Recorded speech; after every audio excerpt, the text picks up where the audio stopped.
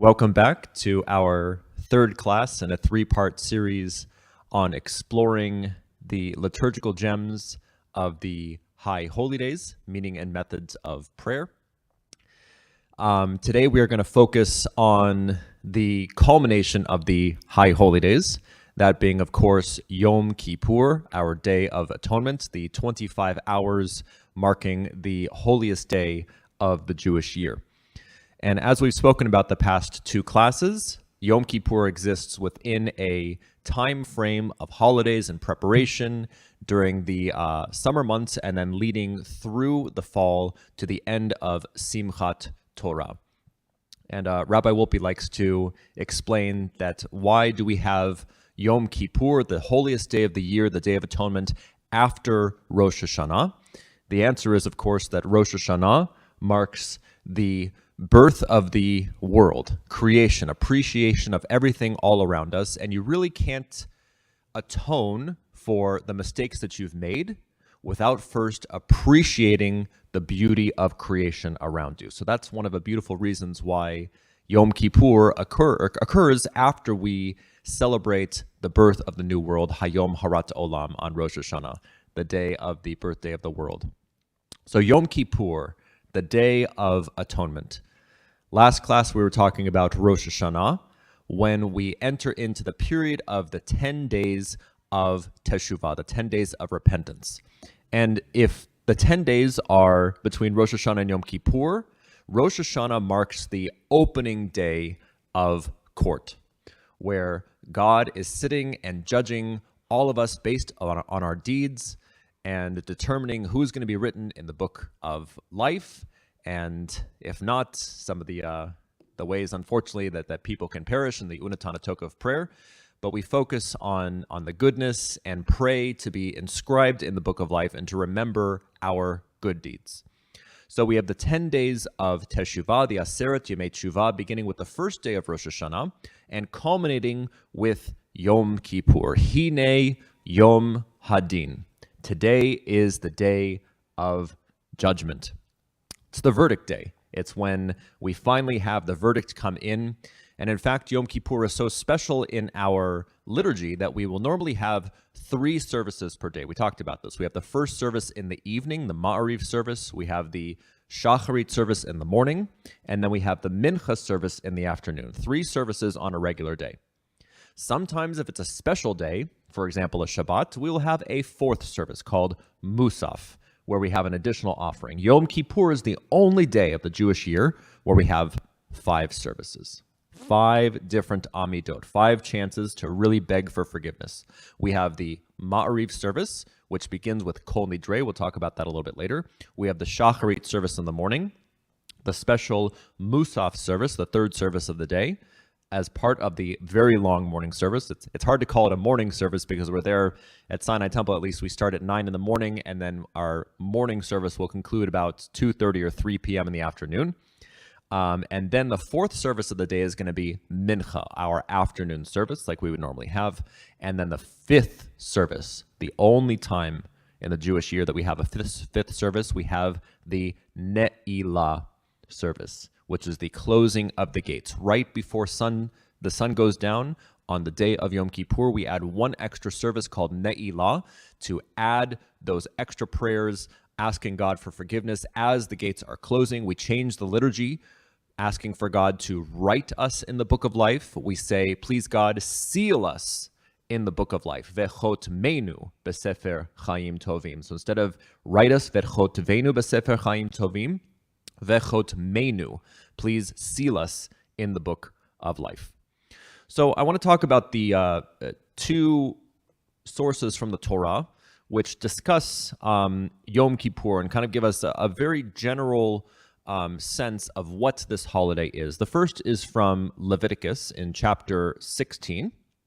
Chapter 16, it says, V'haita lechem lechukat olam b'chodesh hashvi'i, and this shall be for you a law of all time. In the 7th month, on the 10th day of the month, you shall practice self-denial. It says, Ta'anu et nafshotechem. You shall practice self-denial. You shall do no matter of work, neither the citizen nor the alien who resides among you. And it says over here, Ki vayom hazeh yechaper lechaper alechem letacher etchem mikol chatotehem lifnei Adonai titharu. For on this day atonement shall be made for you to purify you of all of your sins, and you shall be pure before Adonai. The day of atonement, the day of forgiveness of all of our sins, the day where we ask God for forgiveness, and the tradition says that we are forgiven in God's eyes. Of course, that's sins bein Adam lamakom, as we discussed last time, the sins between us and our Creator, not necessarily sins between us and other man. You have to ask for forgiveness for those who you have wronged before you can be forgiven by God. And then what this says here is Shabbat Shabbaton hi lachem. It shall be a Sabbath of complete rest for you. Shabbat Shabbaton, the ultimate Sabbath of rest for you. And Yom Kippur is one of those days which is not put off by Shabbat, put off by the Sabbath day. If we remember from this past summer, Tisha B'Av, which is the saddest day on the Jewish calendar, happened to fall on Shabbat this year. I think it was August 6th, or August 13th. Don't quote me on that. So Tisha B'Av happened to be on a Saturday, the actual 9th day of Av.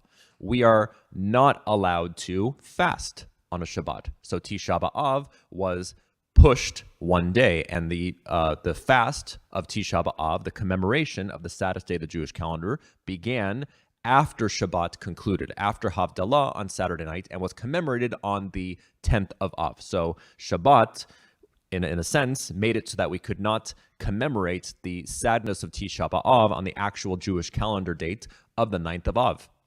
Not so with Yom Kippur. No matter when Yom Kippur falls, if it's on Shabbat, too bad. No eating, right?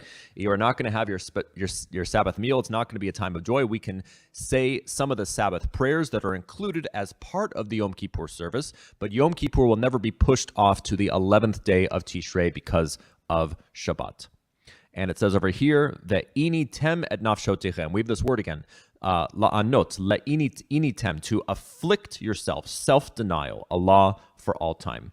The other quote from Leviticus, this time from Leviticus chapter 23, Ach be'asor lachodesh hashvi'i hazeh, Yom HaKippurim hi. Mark the 10th day of the 7th month as the Day of Atonement. Remember, we talked about the 7th month in the Torah actually refers to Tishrei, which is the first month on our Jewish calendar. If you have a question about that, you can watch the lecture either last time or the time before. We talked about that. It shall be a sacred occasion for you. You shall practice self-denial, and you should bring v'hikravtem ishe la'Adonai. You should bring a fire offering to Adonai. V'chol melacha lo ta'asu be'etzem hayom hazeh. Ki vayom, you shall do no work throughout that day. Ki yom kippurim hu lechaper alechem lifnei Adonai Elohechem. For it is a day of atonement on which expiation is made on your behalf before God Adonai. Ki kol hanefesh asher lo te'uneh be'etzem hayom hazeh. So this is saying what happens if you don't. Indeed, any person who does not practice self-denial through that day shall be cut off from his kin. The Torah is very specific on upholding the laws of the tradition, and if you don't, it's not necessarily like a death sentence. Rather, it's koreit. It's nichreta me'ameha, that you are cut off from your tradition, you're cut off from your family, you're cut off from your community. Do not work whatsoever. We definitely don't want to work on Yom Kippur, right? It's a law for all time throughout the ages and all of your settlements. And then it repeats Shabbat, Shabbaton hi. Once again, this is the Sabbath of Sabbaths, Sabbath of complete rest for you, and you shall practice self-denial. On the 9th day of the month at evening, remember the 9th day is going to be the day before Yom Kippur. Also, we kind of consider Yom Kippur like a 2-day holiday. We have Kol Nidrei in the evening, which starts before sunset. It's the only evening service that actually starts before sundown traditionally, and that's why we wear talitot on Yom Kippur, on Kol Nidrei. We'll talk about that a little bit later too. From the 9th of the month at the evening, from the evening to the evening, you shall observe your Sabbath. So those are the quotes from Leviticus talking about Yom Kippur. We heard Shabbat, Shabbaton, the Sabbath of Sabbaths, and of course, we were mentioning last time, Day of Atonement, forgiveness of sins, can also be split into not atonement, but at-one-ment, where we are practicing self-denial. We are in touch with our souls. We're listening to the words of our tradition, and we can really take account. We can really do a cheshbon hanefesh, a true accounting of our soul to see what it is that we have done in the past year that we are not proud of, and how we can make ourselves better in the year ahead. So on Yom Kippur, there are 5 specific prohibitions, and these are probably pretty common to us. What are some of the prohibitions that we know on Yom Kippur? What are we not allowed to do on Yom Kippur? Yes and yes. Okay, no eating or drinking, and then to put it a little bit more mildly, no marital relations. Okay, that's number 2. Also, we are not to wear leather, right? No leather shoes. Thank God in our modern day society, we have these cool like vegan shoes, so we don't have to like wear different shoes. It's going to be nice. So that's 3 of them. We have no eating or drinking. We have no marital relations. We have no wearing of leather shoes. And we have 2 more, actually. 2 more prohibitions of what we can't do on Yom Kippur. No work, definitely. That's definitely for part of the holidays. We're not supposed to work on any of our Yom Tovs or any of our Yontivs, but specific to Yom Kippur, we have 2 more. Anyone know? Kind of relating to to keeping ourselves pure. We're not allowed to bathe. No bathing, no washing. And then also similar to kind of, making ourselves look good and smell good, we're actually not allowed to anoint ourselves with perfumes or lotions. Okay, so what do all these have in common? We've got no eating or drinking, we've got no wearing of leather shoes, no bathing or washing, no anointing oneself with perfumes or lotions, and no marital relations. What do you think this does to us? Mourning, exactly. We also wear white, right? So white symbolizes purity. When someone passes away, they are dressed in tachrichin, which are simple white shrouds, to saying that we come from dust and we go to dust. So it is almost like not necessarily pretending we're dead, but having a lot of the things that we are used to celebrating life with taken away from us. So by refraining from these activities, the body is really uncomfortable. Have you ever been uncomfortable on Yom Kippur? Yes. Right, always. Have you ever been comfortable on Yom Kippur? That's probably a better question. Have you ever been comfortable on Yom Kippur? It's not what it's about. Huh? Oh, when you're listening to my voice. No, kidding. Yeah, so on Kol Nidre, at the very, very beginning, it's still, we're getting into the holiday. But once we get towards the end of Yom Kippur, it's very, very uncomfortable, right? And in fact, the special nusach, the special melody that we have for the end of Yom Kippur, the Ne'ilah service, is only heard 1 time a year. It goes like this. Yitkadal v'yitkada shemei Rabbah. That sound familiar? I'm tired and I'm hungry and I want to go home. That's how we remember that nusach. Right towards the end of Ne'ilah, right? Or boy, am I thirsty. I'm so tired. I'm so hungry and I want to go home. So you'll never forget that. When we hear on Ne'ilah, when you hear that melody, that's what it evokes. It evokes that sense of like wanting to get to the end of Yom Kippur, adding these last prayers of forgiveness, the last prayers of Slichot. So by refraining from these activities, the body is very uncomfortable, but we can still survive. The soul also becomes uncomfortable. So by feeling pain, we can also feel how others feel while they are in pain. It gives us a sense of Rahmanas, of Rahmanut, to understand when other people are going through. And we can also truly focus on our soul. If we're not focusing on the other worldly pleasures, if we're really focusing on initem et nafshotechem, to really afflict our soul, we can have that at-one-ment moment when we are in shul all day. And this is actually, I think, next to Passover, the most widely observed Jewish holiday. Even in Israel, the secular Israelis, right? Everyone goes to a Passover Seder, but even Jews who would never step foot in a synagogue synagogues are packed all over the world because this is truly the day of the holiest time in the Jewish calendar, the day to focus on ourselves, the day to have reflection, and the day to really try and make better choices. So we have on Yom Kippur a lot of special liturgy that's only going to be found during the Day of Atonement, and actually on one other time, which we just had this past Saturday night, a very special prayer service called Slichot. Slichot is kind of the preparation for the High Holy Days. It usually comes the Saturday before Rosh Hashanah, unless Rosh Hashanah comes early in the week, like it does this next week. Rosh Hashanah, believe it or not, starts this Sunday night. Super quick, okay? And first day of Rosh Hashanah is on Monday, September 26th, and then the second day is on Tuesday, September 27th. So since Rosh Hashanah is early in the week this year, Slichot got pushed back to the week before. So that's why we had Slichot services a few days ago on Saturday night, the 17th. And so Slichot will traditionally take place not in the evening, but really the first moments of the night, the first moments of the next day, usually at midnight. And so when you end the service, you say Boker Tov, it's the end of the morning. And the Slichot is kind of like the highlights of the High Holy Days. In addition to Yom Kippur, it's the only time where we will beat our chests with the Ashamnu. We will have the Chatzi Kaddish in the melody of the High Holy Days. We sing Avinu Malkeinu. We hear the Shema Kolenu prayer. We have a lot of this special liturgy that is usually only chanted on Yom Kippur. It kind of prepares us for the High Holiday season. It kind of gets us ready, saying it is time to start to really, really be in this time of Cheshbon HaNefesh, of reflecting on our soul and seeing how we can do better.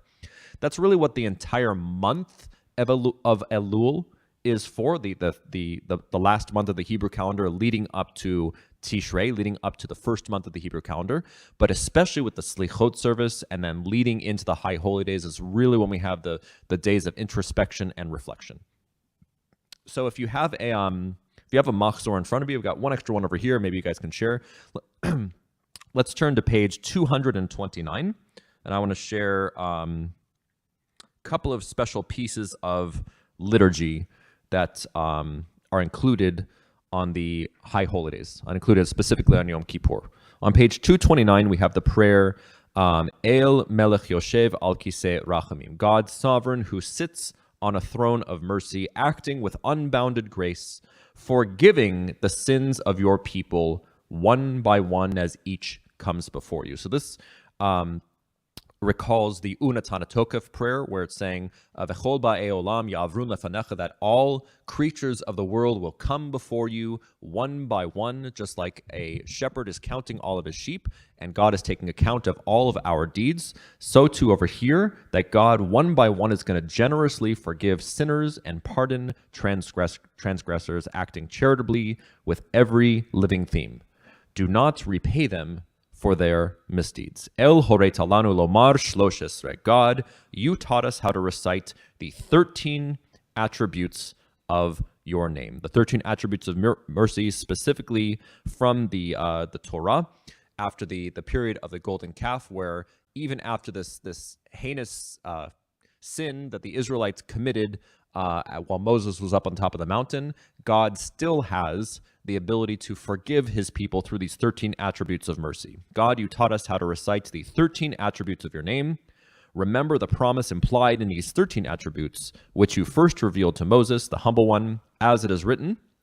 This is a quotation. God descended, Vayered Adonai be'anan, Vayityasev imosham, Vayikra b'shem Adonai. God descended in a cloud and stood behind him as he called out the name Adonai. And here are the specific 13 attributes. They're in bold on the right side of the page on 229, and on the left when it's once it's indented. And Adonai passed before him and called, Adonai, Adonai, El Rachum v'Chanun, God merciful and compassionate, Erech Apayim v'Rav Chesed v'Emet, patient, abounding in love and faithfulness, Notzer Chesed la'alafim, Nosei avon v'Pesha v'Chata'a v'Nakeh, assuring love for thousands of generations, forgiving iniquity, transgression, and sin, and granting pardon. And then it says, Vesalachta lavanotenu ulchatotenu unechaltanu.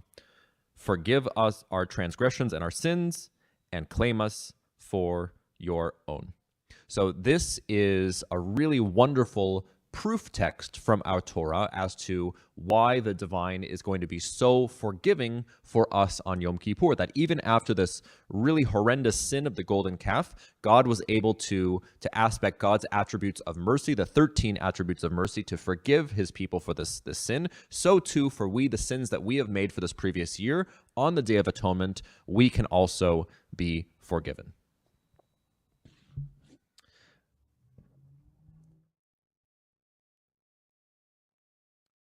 Now, a few other pieces of special liturgy for Yom Kippur. I'd like us to turn ahead to page 234. Page 234, just a few more pages. By the way, we are looking right now at the Kol Nidre service, which, as I mentioned before, is the first of 5 services on Yom Kippur. And so we're going to see this liturgy appear throughout the 5 services on Yom Kippur. So on page 234, we have what's called the Vidui, the Confessional. So we have the introduction to the Vidui in the prayer Ki Anu Amecha on page 234. So it says at the very top, Eloheinu v'Elokei Avotenu, Selach lanu, Mecha lanu, Kaper lanu. Our God and God of our ancestors, forgive us, pardon us, and grant us atonement. Why? Ki Anu Amecha. And this is a really wonderful piyut over here. It says, for we are your people, and you are our God. So this is going to be a duality of who we are and who God is. And it's going to be a bunch of different proof texts. Ki anu amecha ve'ata Eloheinu. We are your people, and you are our God. We are your children, and you are our parents. We are your servants, and you are our master. We are your congregation, and you are our portion. We are your heritage, and you are our destiny. We are your flock, and you are our shepherd. We are your vineyard, and you are our guardian.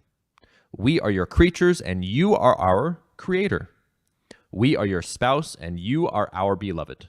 We are your cherished ones, and you are near to us. We are your people, and you are our sovereign. We are the ones you address, and you are the one to whom we speak. A really beautiful introduction saying, God, listen to us. We are your children. You are our shepherd, right? We are your people. We're your cherished ones. We're your servants, your congregation, your flock. Please, God, listen to us as we pour out our hearts as to what we have sinned and how we want to be better. So the Vidui, the bottom page 234, this is going to be the short confession, the shorter confession, and then we're going to have the longer confession. So the shorter confession starts on page 234 and goes to page 235 with the famous Asham. So the shorter confession. Anu azefanim ve'ata rachum v'chanun. We are insolent, you are gracious and compassionate. We are obstinate, and you are patient. We are sinful, you are merciful. Our days are a passing shadow, but you are the one who truly is, for time without end. Then a beautiful Hebrew prayer, it's called Tavo lefanecha Eloheinu v'Elokei Avotenu, Tavo lefanecha tfilatenu. Our God and God of our ancestors, hear our prayer. Do not ignore our plea. Our God and God of our ancestors, we are neither so insolent nor so obstinate as to claim in your presence that we are righteous without sin. For we, like our ancestors who came before us, have sinned. And this is something that's really beautiful about our tradition. Very famously, notice the words, notice the pronouns. It's not I sinned. It's not he sinned, right? It's not, my children sinned, my parents sinned. It's we sinned, all of us. And on the next page, page 235, famously, the Asham Nu. Every single word ends with nu. Nu, grammatically in Hebrew, refers to anachnu. Anachnu in Hebrew is us. So when we say asham nu, we abuse. Okay? Now just a little bit about this text over here on page 235. The translation is not by any means a word-for-word translation of the Hebrew. However, what is it? It's an acrostic, right? That in the Hebrew, Ashamnu, Bagadnu, Gazalnu, Dibarnu, Dofi, right? It goes in order. Aleph, Bet, Gimel, Dal, and you see all the first letter of each word is emboldened. It goes in alphabetical order. Aleph all the way through Taf. We actually have two. We have Ta'inu, Titanu. We have two, actually, we got three. We have Ti'avnu, Ta'inu, Ta'inu, and then Titanu. We have three for the letter Taf. And then in the English, the translation, it's not a translation, rather it's a list of things that we have done together as a community in alphabetical order. We abuse, we betray, we are cruel, we destroy, we embitter, we falsify, we gossip, and so on and so forth, all the way to the end. We yearn to do evil. We are zealous for bad causes. How convenient, right? Exactly. A good way to remember them all. That it's alphabetical in Hebrew, and then it's also alphabetical in English. And an interesting thing, this is confusing to a lot of people, and I've actually been confused about this too, is that what is the nusach for this part of the section? The nusach is something called the Slichot mode, where basically it's almost like a major key.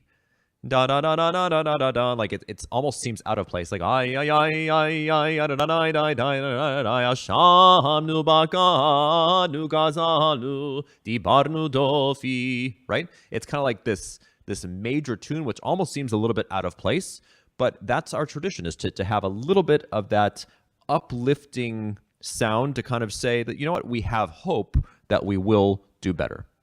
So that's my little interpretation of that too, that yes, it sounds happy, but it's really not. This is a serious moment in the service, but this is our chance to say that yes, we have sinned, but we know that we are coming together to actually admit it and to acknowledge it, and to say that next year, by Yom Kippurim haba, that we are going to be better and we're going to make better choices. So we have the shorter confession, the Ashamnu, and then a paragraph after that, Sarnu mitzvotecha. This is the second paragraph on 235. We have turned from your goodly laws and commandments, but it has not profited us. Surely you are in the right with respect to all that comes upon us, for you have acted faithfully, but we have been in the wrong. The shorter confessional, Ashamnu. And then we have a couple of small little penitential prayers that can be added on our own. These are just preparation for what is called the longer confessional. So both the rest of page 235 and page 236 are all individual prayers before we have the longer confessional. So you can read that on your own time, pages 235 and 236. But let's turn ahead now to page 237. Page 237 and 238. This is the longer confessional, the famous Al Chet Shechatanu Lefanecha. We have sinned against you. Al Chet Shechatanu Lefanecha. For the sin that we have sinned, Lefanecha, before you. And this is also going to be, thankfully, a little bit of an acrostic on the first one. Al Chet Shechatanu Lefanecha, Be'ones Uvrazon. There's the Aleph, Ratzon. And then the second one, Be'imutz Halev. There's the another Aleph. So we have two Alephs, two Bets, two Gimels. We have this in nice alphabetical order. All the way to the next page. So we have two verses of each for each acrostic. So two for each of the 22 letters of the Hebrew alphabet. So same thing over here too. You may say, well, no, I didn't do this and I didn't do that. That's not the point. The point is that Jewish confession, Jewish atonement is done in the community. That we are not allowed to do this by ourselves. We need to have a minyan. We need to have at least 10 people to come together for our prayer services. This is done in a communal setting. And some congregations will read all of this out loud in English. We have sinned against you unwillingly and willingly, or maybe as a responsive reading with the rabbi leading and then the congregation responding. Some congregations will have just private davening, but still loud enough so that you can hear yourself say the Hebrew words. But then famously, right after we say the last of these things, the Chazan will continue with the last line out loud, where we have the red triangle on 237. And then we all sing together, Ve'al kulam, right? Eloha selichot selach lanu mechalanu kaper lanu. For all of these sins, Ve'al kulam, forgiving God, forgive us. Slach lanu, pardon us. Mechal lanu, kaper lanu, grant us atonement.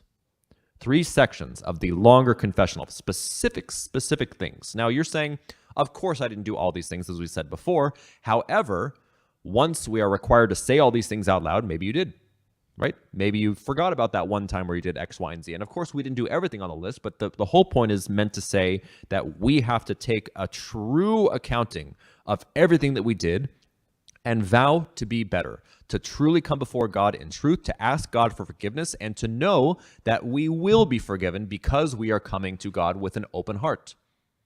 And in the Unatanatoka Prayer, it says, V'zocher kol hanishkachot, that God remembers everything that's forgotten, right? So even if we said, oh, I forgot about this, it's not going to matter. Sorry. God has his open ledger and remembers everything that has happened. So you're not off the hook. God remembers everything that is forgotten, so you better make sure that you are going to be atoning for anything that you may have done, so that you can be sure to be better in the year ahead. Okay? So that is the core of the Slichot, the core of the Vidui, asking God for forgiveness with these 2 main sections, the shorter confessional, the Ashamnu, and then the longer confessional, the Al-Chet. There's 2 other beautiful parts of Yom Kippur, actually 3 other parts that are included in the morning service. The first one, we're not going to go into a lot of detail, but I want to just point out that we have what's called a Yizkor service, the Yizkor service. And what's the Yizkor service? It's the time memorial, a memorial prayer for all of those in our family and our community that we have lost. And so the Yizkor prayer is done 4 times a year on our Shalosh Regalim, the last day of Sukkot, really on Shmini Atzeret. It's done on the last day of Passover, the 8th day Passover, and the last day of Shavuot, the 2nd day. And then it's done on Yom Kippur. So a day when we are really focused on prayer and looking at our souls. We're in synagogue all day. It's a beautiful time to recall our loved ones who came before us, and we wish were here with us, but we know that their memory is eternal. So at Sinai, we will have the Yizkor service. Usually it's done in the morning, but we move the Yizkor service to right after the sermon. So the sermon will usually lead into the Yizkor service, and then we do that before the other 2 main parts of the Yom Kippur Musaf. So it's part of the Yom Kippur Musaf here at Sinai, but many congregations will do it in the morning service, some a little bit later in the day. Some even do it later in the afternoon with Ne'ilah. The whole point is that this is a day where we are focused on ourselves and also those who came before us. And so with the Yizkor service, it's very similar to a Jewish funeral service where we'll have the chanting of a few Hebrew psalms, usually Psalm 23, "The Lord is my shepherd, I shall not want," and then the memorial prayer, the Kel Malei Rachamim, that God is full of mercy. We ask for God to remember all of those who have come before us and all of those who we are recalling this morning, Hayom. And now I'd like to spend a few moments talking about the real core of Yom Kippur liturgy. I want you to turn ahead to page 326, please, page 326. And this is the Musaf service of Yom Kippur. The Musaf is the main prayer of Yom Kippur, where we're going to see the core of the liturgy and the real special prayers and aspects of the service that are added on Yom Kippur. And the first is going to be Seder Avodah. Seder Avodah. This is the service. Literally, the Avodah means service, to serve God. In ancient times was not like work Avodah, but it's actually sacrifice. And so the Avodah service from pages 326 all the way through 336, 10 pages over here, describes what the high priest did on the holiest day of the year. This was the one time of the year where the high priest was allowed to go into the Holy of Holies, the Kodesh Kodashim, where in the first temple, this is where the 10 commandments were kept, right, in the Ark of the Covenant. And in the second temple, it was really just an empty room, but only on one day of the year, one person, the high priest, the Kohen Gadol, would be able to go into the Holy of Holies. So to point out what would happen, let's turn to page 330. Once the high priest on Yom Kippur would prepare to go into the Holy of Holies, this is what he would say. Page 330. Vechach haya omer. And thus he would say, Adonai, Ana Hashem chatati aviti pashati. Adonai, I have committed iniquity. I have transgressed. I have sinned against you, I and my household. I beseech you, Adonai, by your holy name, forgive the iniquities and the transgressions and the sins that I have committed against you, and I and my household, as it is written in the Torah of your servant Moses. Ki vayom hazeh yechaper alechem letaherechem mikol chatotehem lifnei Adonai. That's the quote from the Torah. On this day, atonement shall be made for you to cleanse you of all your sins before Adonai. And then here is the dramatic moment. Ve'hakohanim ve'ha'am ha'omdim ba'azara. When the priests and all the people standing in the temple court would hear the glorious and awe-inspiring name explicitly pronounced. Remember, the high priest would announce the name of God only on Yom Kippur. What would happen? In holiness and purity by the lips of the high priest, they would bow and kneel and fall prostrate to the ground, saying, Baruch Shem Kevod Malchuto Le'olam Va'ed. Praised is the name of the one whose glorious sovereignty will be forever and ever. So imagine the drama over here, that once a year, everyone is standing outside of the temple. The high priest goes into the Holy of Holies, says God's name, which we don't even know to this day, the ineffable name, the one that we can't pronounce, says God's name out loud. Everyone falls on their face. V'noflima pneihem ve'omrim Baruch Shem Kevod Malchuto Le'olam Va'ed. And on the holiest day of the year, they respond Baruch Shem Kevod Malchuto Le'olam Va'ed. So 3 different confessions that the high priest would do, going all the way through page 332. There would be the completion of the ceremony on page 333. And then at the end, the prayer of the priest would have a prayer for the new year on the bottom of 333. And this was the prayer of the high priest as he emerged on the Day of Atonement from the Holy of Holies. May it be your will, Adonai, our God and God of our ancestors, to grant us with your people of Israel a year of abundance, a year of blessing, a year of good fortune, a year of bountiful harvest, a year of prosperity and success, a year of assembly in your holy place. Next page, a year of song, a year of fulfilling life, a year of dew and rain and sun, a year of sweet fruit at the harvest, a year of atonement and forgiveness for all of our sins, a year in which our bread and water are blessed, a year of rest, a year of consolation, a year of abundant joy, a year of delight, a year in which the fruit of our womb and our earth are blessed, a year in which our going and coming are blessed, a year in which our community achieves salvation, a year in which your mercy descends upon us, a year of peace and tranquility, a year in which we go up in joy to your land, a year in which your people Israel will not require support from one another or from other people, the work of their hands being fully blessed. And the people of Sharon would say, may it be your will, Adonai, our God and God of our ancestors, that their homes not become their graves. Beautiful blessing for the new year by the high priest. This is the core of Yom Kippur. This is the holiest moment, recalling what the holiest person, right? I mean, no one is God in our tradition. That's a distinction between Judaism and Christianity, but still the leader of the Jewish community, the high priest, the one who was appointed to oversee all the sacrifices that were prescribed in the Torah, the high priest who on the holiest day of the year would go to the holiest place and say the holiest thing, the name of God. This is specifically reenacting in our liturgy what would happen so that we do not forget. And it's such a shame that not a lot of people are here for this. You know, people after the morning service, maybe after the sermon, they go home, they shluff, they take a little nap or something, whatever happens. But this is the core of what happens on Yom Kippur. So I really do encourage you to attend this year.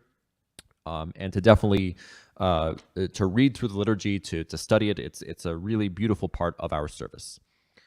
And then turn to page 337, and this is the second part of the special liturgy for Yom Kippur Musaf.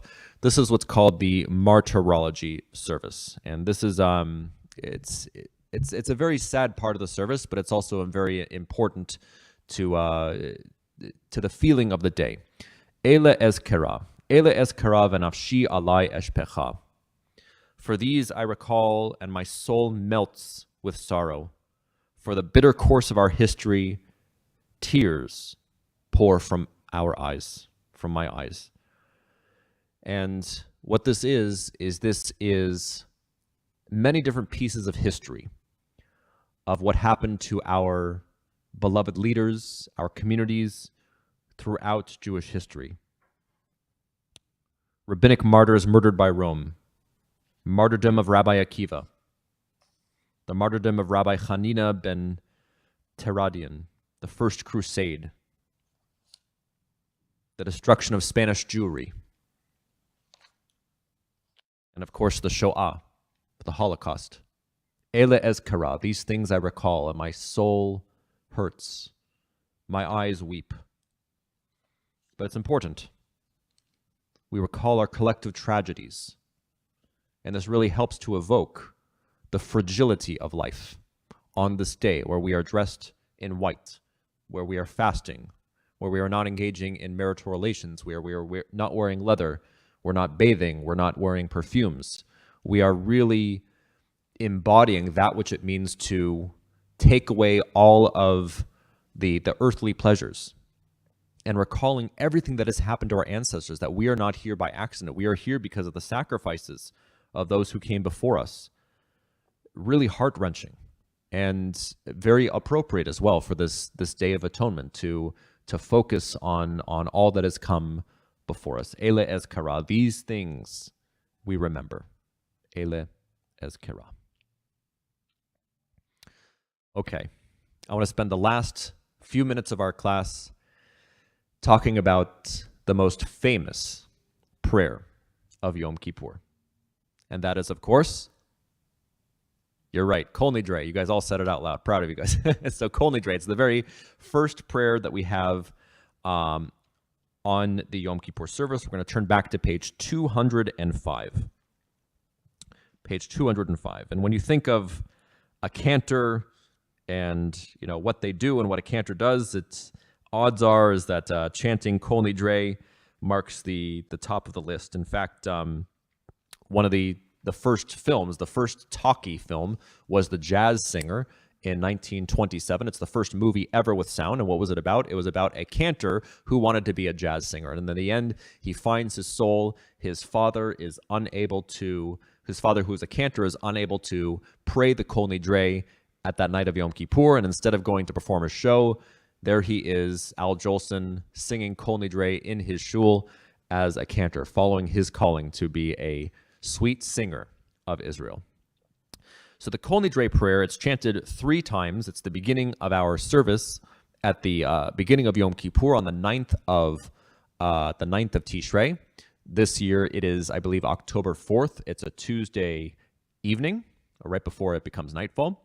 And the Kol Nidre prayer, if you look at it over here, Kol Nidre ve'esareh v'charameh ve'konameh ve'chinuyeh, all vows, renunciations, bans, oaths, formulas, and obligations, pledges, and promises that we vow or promise ourselves to God for this Yom Kippur to the next, may it approach us for good, we hereby retract. May they all be undone, repealed, canceled, voided, annulled, and regarded as neither valid nor binding. Our vows shall not be considered vows, our renunciations shall not be considered renunciations, and our promises shall not be considered promises. A very dry legal formula in a text, right?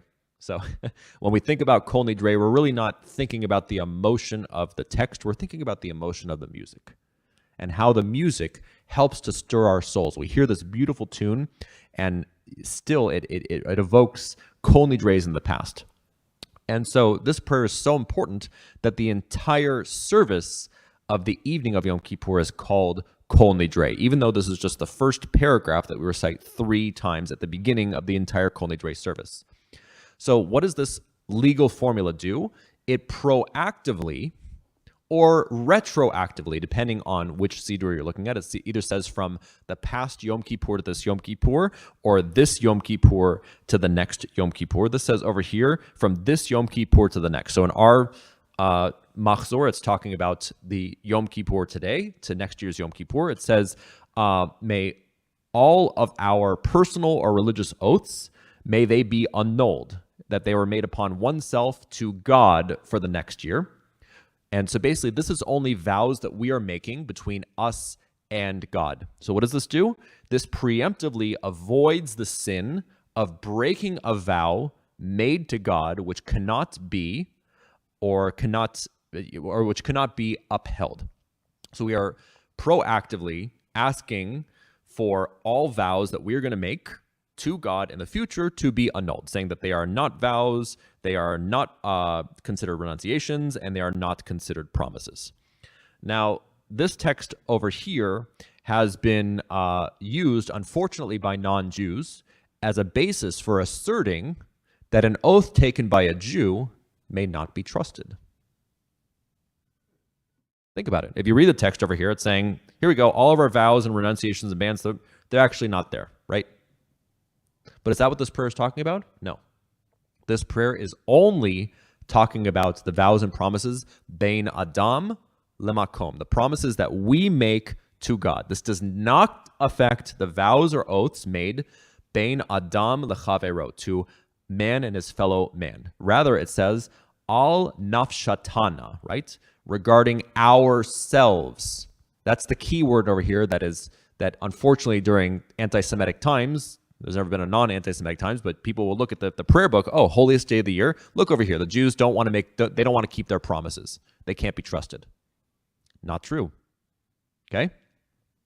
This is a legal document that annuls the vows that were made without our full heart. So for example, in the late 1400s, leading up to the destruction of Spanish Jewry, conversos, basically Jews were given three options by the king and queen of Spain.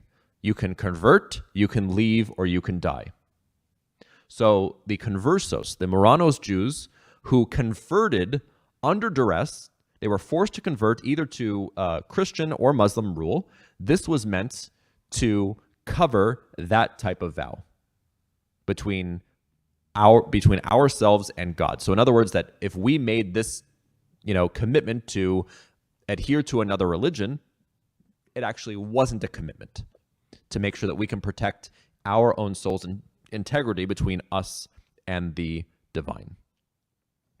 So let's talk about the melody and how it works. The cantor chants the passage 3 times in varying intensities, from pianissimo, very, very quiet, to fortissimo, loud.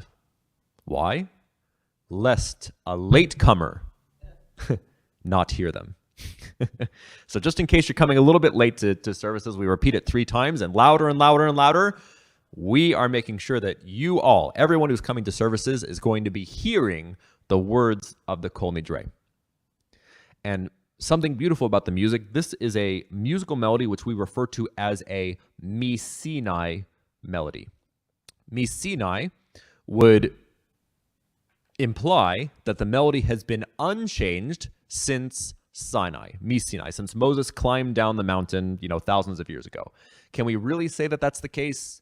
Maybe, but we don't know. We don't know what the music sounded like when Moses and the Israelites were in the desert. We have no way of seeing a manuscript of what the music was like in the temples in Jerusalem. In reality, this melody is probably like 1,000 years old, to the beginning of Ashkenazic Jewry. In the early 17th century, Rabbi Mordechai Jaffe of Prague, known as the Levush, mentioned that all cantors knew a set melody, which was traditional for Kol Nidre. So even by the 1600s, there's been a melody that all cantors kind of knew about, the different musical notations in it too. So yet, even though there's the melody that all cantors knew, even in synagogues in the same city, like when I was learning Kol Nidre in other synagogues versus here, there are no 2 synagogues in which the same melody is chanted exactly note for note the same. The reason is because within our musical tradition of Nusach, every cantor and composer will find his or her own flavor to the traditional melody.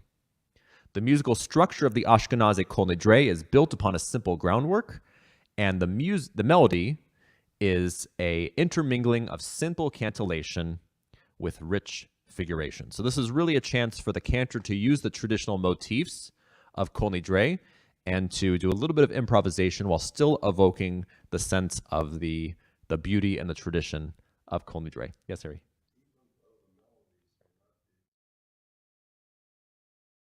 The words will always be the same.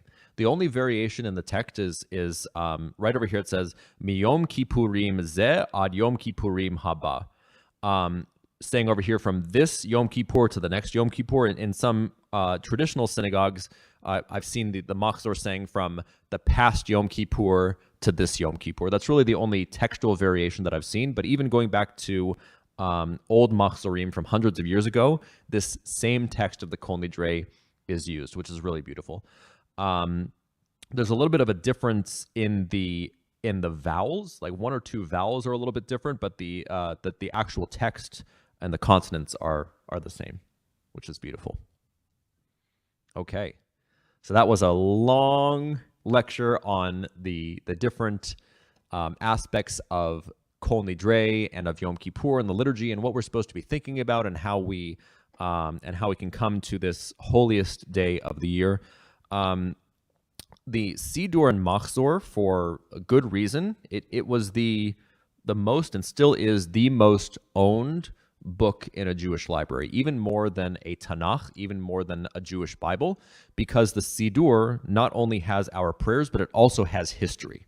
So these prayers, and especially in the Musaf section, the specific prayers and liturgy for the day were very known to our ancestors. So I do encourage you, if you do not have your own copy of a machzor, purchase one and peruse through it. Do your own studying and preparation, because this really helps to add meaning and to add gravitas to the high holy days, to really make the high holiday season a season where you can do a real cheshbon hanefesh. You can do a real examination of your soul and to vow to do better in the year ahead. So with that, I'd like to thank you all for joining us in person and online as well. I know we've had hundreds of views over the past few weeks. I really do appreciate it. Are there any final questions in the last few minutes before we dismiss? Yes, Sarah.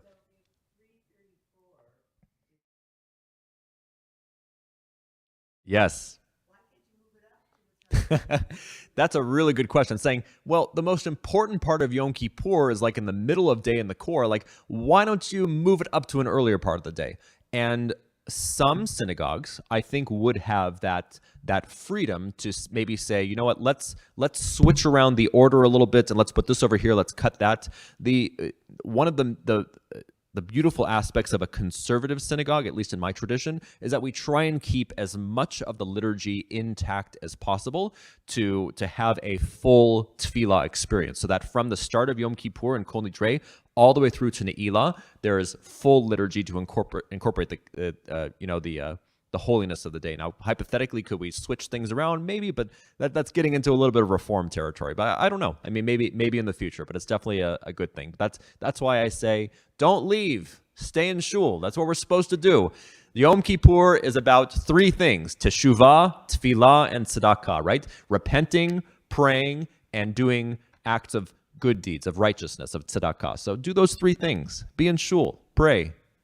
We'll be here.